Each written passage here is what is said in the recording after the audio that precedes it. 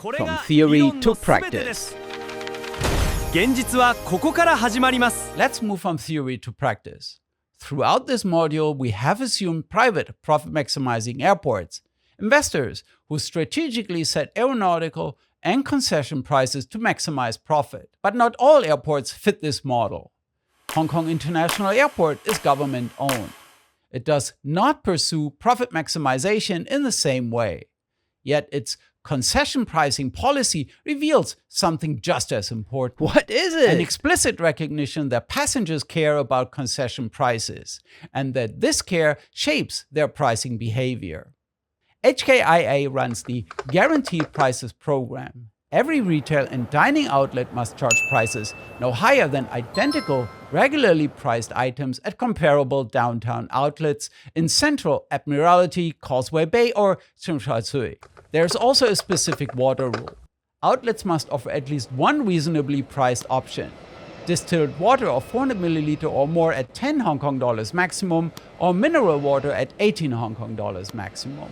Notice what HKIA is doing here. It is not using concession pricing as a strategic lever to boost aeronautical revenue, as our private airport example suggested. A government-owned airport has different objectives. It cares about revenues and, importantly, recognizes that it plays an important role for the local economy. By guaranteeing city-comparable prices, HKIA removes a pain point. Look at this, an airport water bottle for Hong Kong $10. Now that is what I call a fair deal. Passengers shop with confidence. The airport captures demand and goodwill it might otherwise lose. Different bosses, same shoes. Exactly. This is where ownership structures matter. For a private profit-maximizing airport, we showed that lowering concession prices can be a tool to raise aeronautical charges or vice versa. Remember? The airport manipulates the mix to extract maximum profit. For a government-owned airport like HKIA, the goal is different. The Guaranteed Prices program is a form of consumer protection applied to a captive market. It acknowledges that airport shoppers cannot easily compare prices or exit to shop elsewhere. The core recognition is identical.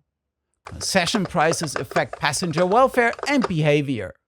Ignoring this link, whether you're a private airport investor or public authority, means missing something fundamental about how airports work. Lesson! What does this mean for regulation? Our module showed that the mere presence of concession businesses does not automatically discipline aeronautical charges. Remember this. HKIA reinforces this from the opposite direction.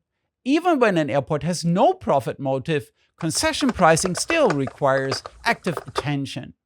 The program does not make aeronautical price regulation obsolete. Oh man. HKIA faces separate oversight on its aeronautical charges from the government. Rather, it demonstrates that effective airport policy, public or private, must account for both sides of the passenger experience. Concessions are not an afterthought. They are integral to how travelers perceive and use the airport. But not everywhere.